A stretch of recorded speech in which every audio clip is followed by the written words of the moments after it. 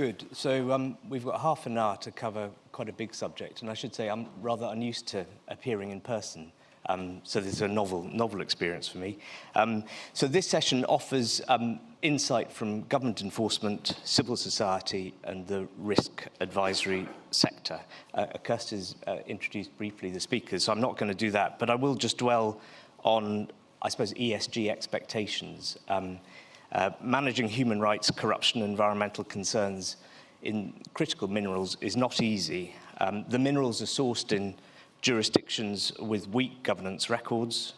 Mining is an industry beset with ESG-related challenges such as environmental degradation, water stress, forced labour, corruption, and financial crime. There's a lack of visibility and complexity in the supply chain. There are multiple standards which companies are wrestling with getting on top of, and emerging human rights due diligence legislation and increased enforcement and litigation risk, and we'll touch on some of those aspects in this session. So I'm going to start where best to start with enforcement, and specifically UK enforcement, and David Liebscher, who comes from National Crime Agency, is going to talk about, I suppose, what's going on in the enforcement world, and you might touch on your engagement with the corporates, I think, in the course of the next few minutes or so. Thank you, Sam, and thank you to the CMA. A lot of you might be wondering, why is a policeman currently in front of you, in particular one that works for an agency that normally deals with international drug dealers and human traffickers? Well, I represent a department within the National Crime Agency that offers a service to your industry that is rarely and hardly ever used. And so my department is the International Corruption Unit, which investigates when politically exposed people seek bribes to do business. So they solicit bribes from your organisations. And yet we're rarely used, and why that is. And so I'm currently conducting an exercise to try and understand the barriers to that. Now, I recognise that UK law enforcement is scary, and so part of my message is, look, I'm not that scary. But we focused our efforts on bad behaviour and bad actors in this space. Well, actually, I'm trying to pivot our work towards good actors in this space, you guys in this room. The Bribery Act has been around for 15 years now. People have got very mature ABC policies. Some have very large compliance functions. And yet, how many referrals do you think I've had from your sector in the last 5 years? One. And there are many reasons for this. And firstly, I know that government doesn't make it easy. It's actually quite hard for you to work out where to report solicitations of bribes to. And that, again, is part of why I'm here today, to do that kind of outreach. You take internal advice, quite rightly. You have a number of risks to your business, to your staff, to your ongoing operations. And I want to try and give the message to you today that actually we can work around that. And I'm going to use an example that I think many people might have heard of, which is in the mining sector, not necessarily critical mines, but I think it can be quite instructive. So in April of 2023, a company called Gemfields called the National Crime Agency. They just picked up the telephone and called the number on our website.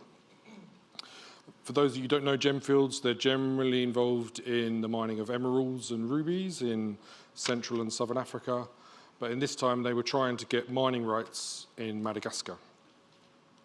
And they approached ministers within Madagascar and eventually got in front of the Chief of Staff of the President of Madagascar, who immediately introduced a Swiss middleman stroke cutout, red flag number one for bribery. Secondly, said, we want £10,000 in $10,000, number two red flag for bribery. And most and not least, we want 5% of your future profits, which was roughly about £4 million a year. Gemfields market themselves and are responsible and socially responsible miner, and were very proactive in seeking out to speak to us. Most importantly, in this case, they did it as it was happening. And so they called us up. We sent one of my officers round. We did a quick interview, took a few emails, took a copy of the Swiss middleman's contract, and then decided what tactic we were going to use.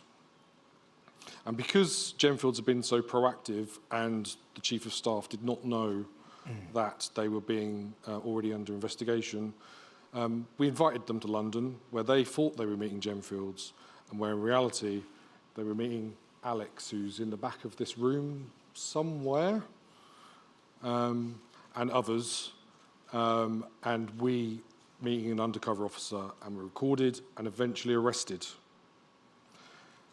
So why do I tell you this story? Firstly, we worked really closely with Gemfields. Gemfields didn't have to tell us in the first place. There's no duty to tell us. Gemfields did not have to give evidence, but they did. And in fact, we don't necessarily want people to give evidence at the time. We're trying to work with people in the room to get intelligence sometimes. But I think my message that I'm trying to give to you, you all want to work in jurisdictions with good governance, and some jurisdictions have bad governance. I would ask to work with my department that is little known, through your legal teams, through your consultants, to think about how you could use us as a tactic to get rid of some of that bad governance. For me, I just like sticking people in prison, but it can mean other things as well. And so the reason I'm here today and what we're looking for is how we can think about some of those barriers and talk about it generically. Yeah, and I think sort of 2 points of emphasis before we move on to the civil society dynamic. One, I think the tone that we're hearing from government enforcement is very different to maybe previous years in terms of seeking to get that engagement with corporates to understand the challenges that they're confronted with, but also to work with them, as in the case of Gemfields, to try and find a solution. I think the other point of emphasis is the cooperation between the UK enforcement authorities and their equivalents in other jurisdictions. I mean, I think what we see is a lot more cooperation intra-enforcement authorities. I don't know whether you want to touch on that briefly, David, before we move on to Tilly. Yeah, so in this case, we actually didn't liaise with the Madagascan authorities because, quite obvious, their chief of staff of the president was involved, and that would be, so we took a risk-based decision not to do that. I mean, it was helped for Gemfields because they didn't have any operations in Madagascar, so they didn't have any operations to protect out there. But we certainly work with Swiss authorities on this and did several search warrants in Switzerland. But we're kind of led much by the reporter. Ultimately, the reporter, Gemfields, is the victim in this case, and we treated Gemfields as the victim, and we treated them with appropriate victim care and was led by what they wanted to do and how they wanted to do it. Obviously, we have certain governance that we have to follow, but if Gemfields didn't want us to do certain things, we sat down and discussed the pros and cons and the legality of doing that. Yeah. Good. So switching now to Tilly Pryor. So Tilly is a senior program manager at Transparency International UK, a member of their business integrity program, which seeks to engage with the corporate sector, and is a UK EIT civil service member. So maybe, Tilly, you can give us a bit of insight on EITI and what's going on there at the moment. Yeah, thank you, sure. So I just wanted to firstly clarify that in my role at Transparency International UK, I am part of the civil society constituency of the EITI multi-stakeholder group, which supports the implementation of the EITI standard. So I'm not a representative of EITI, but we are a supporter of it. So quickly, for those who are not aware, the Extractive Industries Transparency Initiative has an overarching aim to make the extractive sector more transparent and accountable. EITI's mission is to promote understanding of natural resource management, strengthen public and corporate governance and accountability, and provide the data to inform policymaking and multi-stakeholder dialogue in the extractive sector. So as you mentioned, Sam, the UK is a member of the EITI, and this means that the UK has to report on how it's meeting the EITI standard. This includes disclosing information on how extractive rights are awarded and payments to government. Extractive companies can become an EITI supporting company, This means that they will voluntarily support the standard by reporting on their own payments to government and other relevant information. As some of you may know, the EITI standard was updated last year and brought in some changes that focused on wider ESG disclosures. On the anti-corruption side, the new standard now requires a lower threshold for disclosures about beneficial ownership, increased details on politically exposed persons, and supporting companies also have to now disclose anti-corruption policies and procedures that they have. The standard also introduced some new social disclosures. For example, governments and companies now need to disclose how they are engaging with local communities affected by extractive projects. So just a few reflections in the context of this conference. So critical mineral companies can become supporting companies of the EITI to help support these transparency objectives. Some of the resource-rich countries, as you mentioned, in terms of critical minerals, have weaker legislative frameworks, and the EITI disclosures really help to, and are sometimes the only way that civil society and other stakeholders, including business, can access information on these licenses, revenues. It also gives the opportunity to bring together government, business, civil society to have open dialogues on these difficult issues.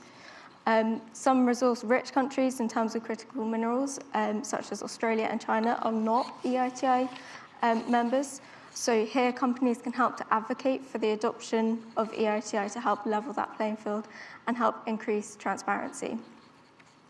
And finally, even if you aren't part of the EITI, companies can help to support extractive sector transparency, including on anti-corruption issues, by voluntarily disclosing the governance, anti-corruption, social information that is expected by EITI.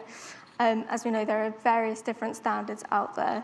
And a quick plug for our own, we did put out a report with leading companies a few years back, which set out transparency expectations on anti-corruption called Open Business. We also have a corporate anti-corruption benchmark that companies can use to help benchmark themselves against various different standards and best practice. Good, thank you, Tilly. Declaration of interest, I used to be a director of Transparency International UK. I mean, they're an extremely important part of this environment, and the research they do, I think, is very valuable. So I'm now going to turn to Romea Dennis, who's Vale's Base Metals General Manager of Corporate Sustainability, heading up responsible sourcing and social impact, non-financial reporting and sustainability engagement with customers and other stakeholders, including presumably civil society. Romea's brand new to the UK and is going to give us a little bit of insight from the corporate sector. Okay. Thank you very much, Sam. So just to introduce you to Base Metals, we mine nickel, copper, cobalt in Canada, the Brazilian Amazon, and we have significant investment in Indonesia. These are some of the most complex, also interesting, say, areas. They also are home to some of the world's most sensitive biodiversity. So when we talk about the intersection of, say, human rights, compliance, anti-corruption work, I'd say our current approach is through transparency. And while we're a mining company, priority number one will always be safety. How we operate with our investors, with stakeholders, the communities where we operate, there has to be transparency.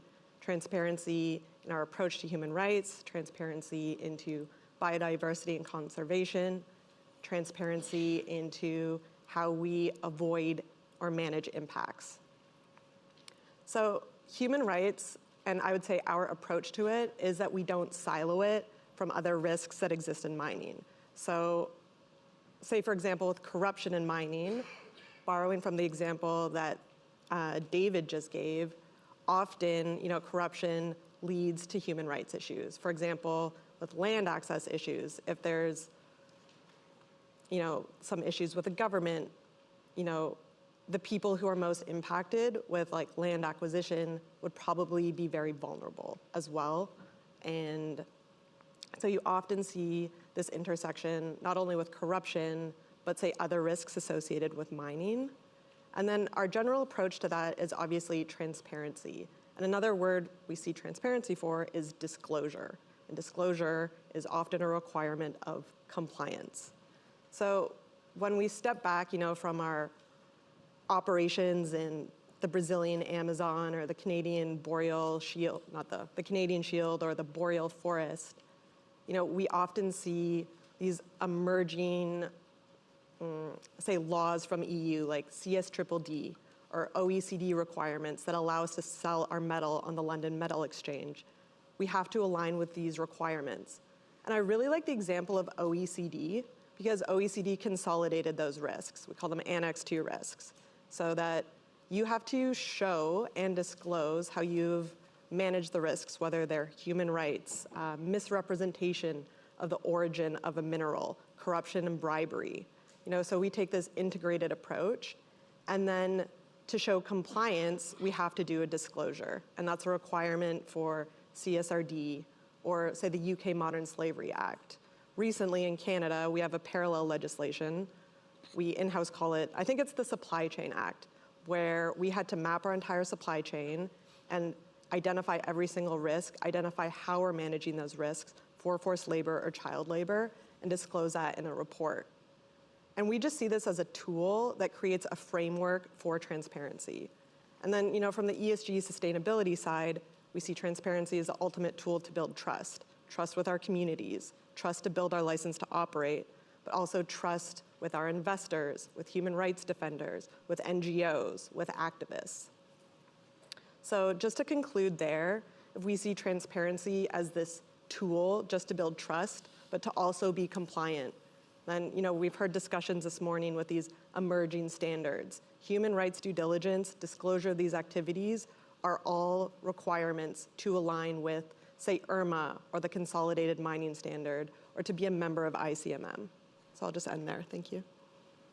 Yeah, I suppose maybe just a reflection on how things have changed in your role, I suppose, in recognition of not least the emerging legislation. But what is that impact on a day-to-day basis?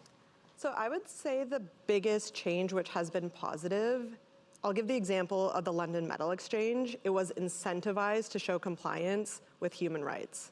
So you had to do your disclosure to obtain either the Copper Mark or the Responsible Minerals Initiative standards to be able to sell your products or register your brands on the London Metal Exchange, or basically access any cobalt customer.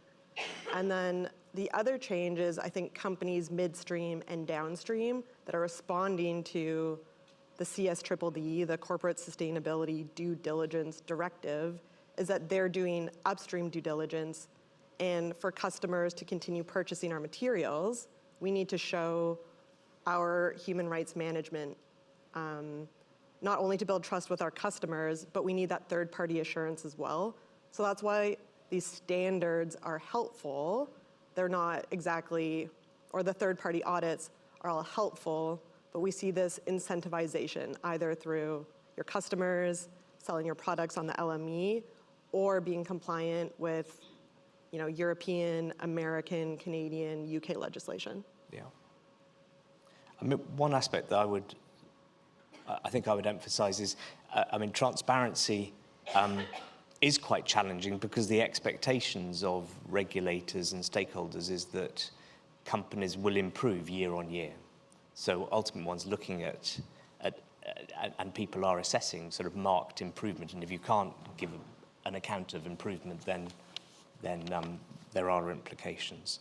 So I'm going to turn now in our sort of final session to Huw Green. So Huw Green is an Associate Director in Risk Advisory's Strategic Intelligence team. I have to say, as lawyers, we work quite closely with Risk Advisory and their equivalents. He will be engaged, and he'll expand on this, in sort of early stage risk mapping assignments, looking at the risks inherent in investment in jurisdictions or in particular projects. So I don't know whether, Huw, you can just give some sense of the vision from Risk Advisory's perspective and what's changing and where you see risk mapping evolving. Yeah, no, for sure. Thanks, Sam. And I think, yeah, as you said, from Risk Advisory, we're coming at it very much from a kind of early stage due diligence process and seeing it kind of from that perspective. Look, I think the good news here is that from our perspective, ESG concerns can be integrated into established integrity due diligence processes relatively straightforwardly. We're already seeing that as a sort of emerging trend. Clients, particularly in the mining sector really, are coming to us with scopes of work that are broader than they used to be. They used to be focused primarily on anti-corruption issues. Now they're also including broader ESG risks as part of the questions they're asking. And more we're also being approached much earlier even in the process by clients who want to do a sort of market level ESG risk assessment to really understand the risks that they're likely to be grappling with before they even start to scope out specific deals, specific transactions.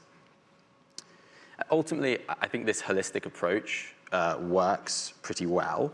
And that's really because I think there's, in many ways, no need to think about ESG risks in a fundamentally different way to the way that people have kind of thought about kind of quote unquote traditional integrity risks like bribery and corruption. While the subject matter may be slightly different, you might be talking about environmental issues, human rights issues, rather than, say, political connections and license acquisition in the kind of traditional anti-corruption space. The underlying risks are often very similar. You're fundamentally talking about reputational, regulatory, or even sometimes commercial risks that are associated with interactions with external stakeholders. There's maybe more of a skew towards the reputational with ESG concerns as opposed to anti-corruption concerns because of the state of the underlying legislation in that space. But that's really the main difference. And in reality, I guess picking up on the point Romea made, there's often a blurred line between corruption and broader ESG issues, particularly in the mining sector. We get cases all the time where it's almost impossible to distinguish what's a corruption issue from what's a kind of broader ESG issue. And maybe it's helpful if I can give you an example from a recent project that we worked on. We were looking at a mine that sought to bring local communities into its ownership structure. But instead of improving relationships with the local communities, that move had actually created quite a lot of tension and resentment. And that was partly because of the way that whole arrangement was structured, giving local community leaders a high degree of power over how the funds were distributed. So that created resentment. It even created, in some cases, incentives for violence, which were a major issue for the company in its operations. But it's also potentially a corruption issue because you have local political figures who have control over the operations of the mine with kind of a significant financial, potentially deriving significant financial benefits. And that's really where the two intersect. I think to take the kind of point I was making even further, I actually think we can learn some important lessons for ESG diligence from established best practice in the anti-corruption space.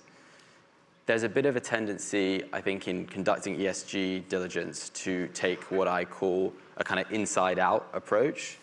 So to structure that primarily around conducting internally focused audits of a company's key policies, say with respect to human rights, with respect to environmental mediation, things like that. That's obviously very important, but it misses sometimes the outside-in perspective, which is how the company is perceived or how its policies are perceived and implemented by external stakeholders, whether that be local communities, it could be kind of employees, contract workers, things like that.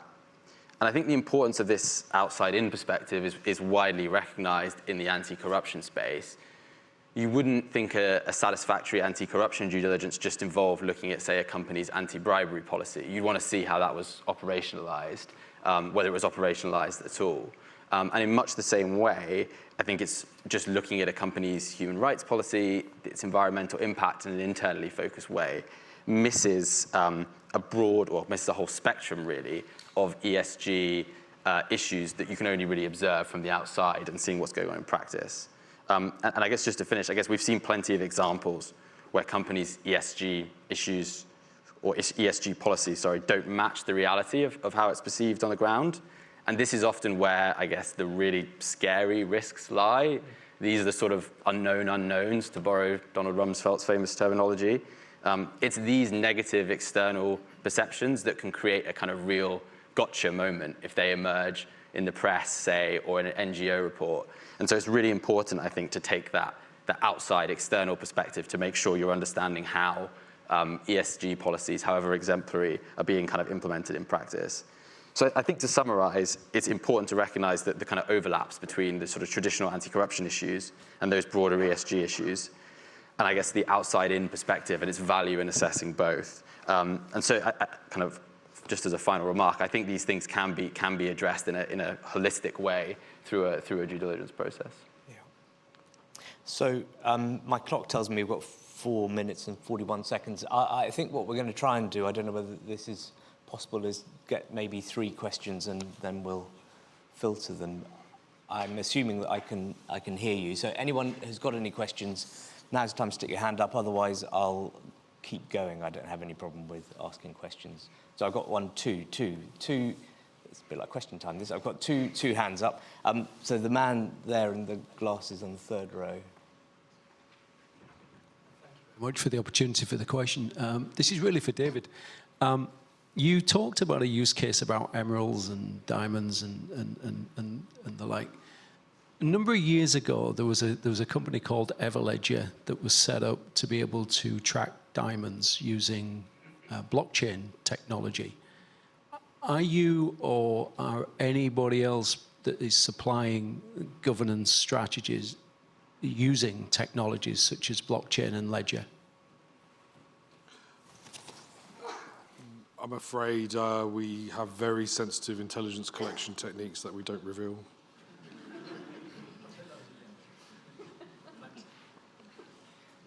David's always very cryptic about the resources and tools he has. So be scared, be very scared. But sometimes I just want you to think we're doing more than we are. But, and as a stakeholder, I would say I would hope so, but I wouldn't know. Now, there's another question, again, at the front there. Hi. One of the complaints I hear quite often in my work from companies in the mining space is that there's an ever-increasing regulatory burden on companies that are actually working very hard to try and do the right thing, whereas there are other companies beyond the reaches of it that carry on, and that just creates an imbalance within the sector and has a sort of dramatic economic impact on everyone. Yeah. I just want to hear your thoughts on that. Okay, so we talk about level playing field, which is an expression I first came across in the anti-corruption world, but features very largely in the debate around human rights due diligence. Romea, do you want to respond to that one? It's an issue, and we always talk about over-regulation creates a two-tiered industry. You know, the people who participate under, very strict regulation, and then the rest of the world. And we, as an industry, struggle with orienting around the interpretation of the different regulations, and they often don't. So, for example, Coppermark and IRMA, different sectors, different industries demand each one. So we would pursue both, for example. And there's a consolidated standard and the evolving landscape. And I think our approach is to meet the regulation. So there is a significant burden, but it's seen effectively as a cost of doing business. And there are challenges, but mostly it's more you have a giant business, you do human rights due diligence, you do anti-corruption work, and then it's more trying to shift a giant business so that it's evaluated under these standards. So just to answer your question in summary, it is a burden, it is a challenge. We do feel like the goalposts are changing every time we get close, but you have to be a nimble, reactive business. And we're at the beginning of the value chain, and we cannot pass those risks on to our consumers. So it's what I already said already, it's a part of doing business. Yeah. I think it'll forever be a problem, but it's one that the legislators are quite keen to address. Mm-hmm. So the EU legislation is certainly focused on the extraterritorial element of the EU legislation is key. I mean, if you're going to play in our markets, you play according to our rules. If you want to get finance from our financial institutions, then you have to meet the expectations that are increasingly emerging. But I don't think there's an instant answer to the level playing field problem. Any other questions? I've got 21 seconds to play with. Yep, the woman there.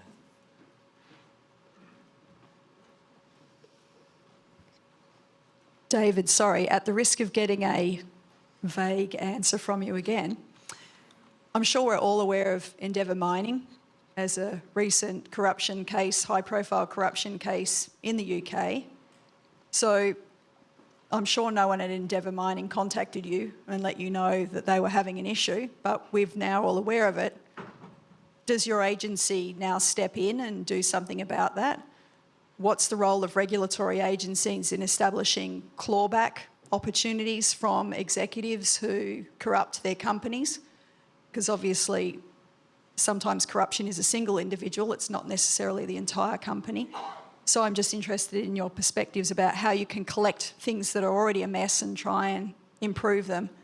Because as to my point earlier, our industry suffers from these cases, and sometimes it's individuals acting of their own volition. That's a difficult one to answer because I can't talk about live cases. Let's talk generically. So first off, my department actually investigates the politician, or not the corporate, or the individuals in the corporate. Typically, the corporate is actually investigated by the Serious Fraud Office in the UK. And they take an approach to generally, if there is an element of self-reporting and cleansing yourself, that you have access to deferred prosecution agreements, and therefore you also show some change behaviour, etc. There has been some change in UK legislation about who is culpable. So it used to be a very high threshold on who is culpable, i.e. pretty much the CEO, but it has lowered in the last year. But ultimately, an organisation has a responsibility to try and prevent bribery under Section 7 of the Bribery Act. And so you do have to have more than just an ABC policy. As Huw says, you have to operationalise it. And you do see lots of examples where people just have a policy on paper with very little behind it. And it's those kind of organisations that my kind of organisations are interested in. So I think I've got to draw an end to this discussion now. It was a longer answer than I thought you were going to give. I was going to raise whistleblowing, which we haven't touched on, but the dynamic is a very important factor. But look, I'm going to end our session at minus 2:37 seconds, and maybe you can acknowledge in the usual way.